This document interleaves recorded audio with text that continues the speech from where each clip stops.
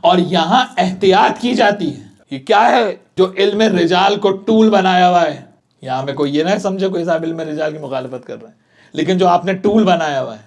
اور بڑے ہمارے جناب جو بھائی ہیں ان کے علماء کرام کہ صاحب ہماری یہاں روایت کو لے کا بڑا کرائٹیریا ہے.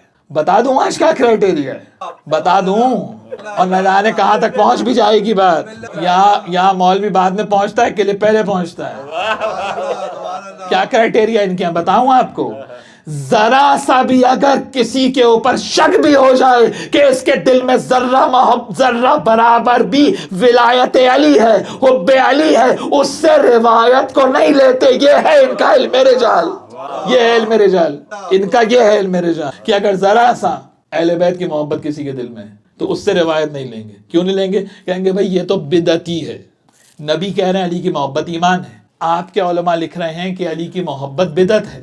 کتابوں میں واضح لکھا ہوا ہے کہ نہیں بھئی یہ تو علی کو افضل مانتا ہے تو یہ تو بدعتی ہے، اس سے ہم روایت نہیں لیں گے.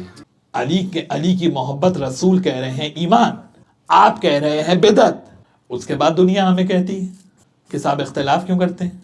مسئلہ اختلاف کا نہیں، مسئلہ کسی کو جھوٹا یا سچا ثابت کرنے کا نہیں.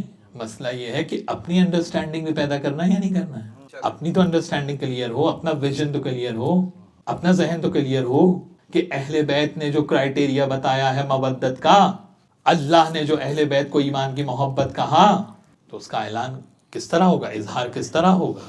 اس طرح اس کا اظہار ہوگا کہ اہل بیت کے دشمنوں سے بھی محبت ہو اور اہل بیت کے محبت کا بھی دعویٰ ہو. ایسا تو نہیں ہو سکتا، دو چیزیں ایک جگہ ساتھ تو جمع نہیں ہو سکتی. دونوں میں سے ایک ہی بات ہو سکتی ہے.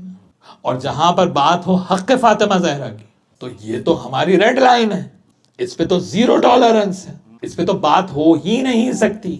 یاد رکھیں اگر ذرہ برابر بھی کسی کے دل میں فاطمہ زہرا کے قاتل کے لیے سافٹ کارنر ہے، جنت میں جانا تو دور، جنت کی خوشبو بھی نہیں سونگھ سکے گا.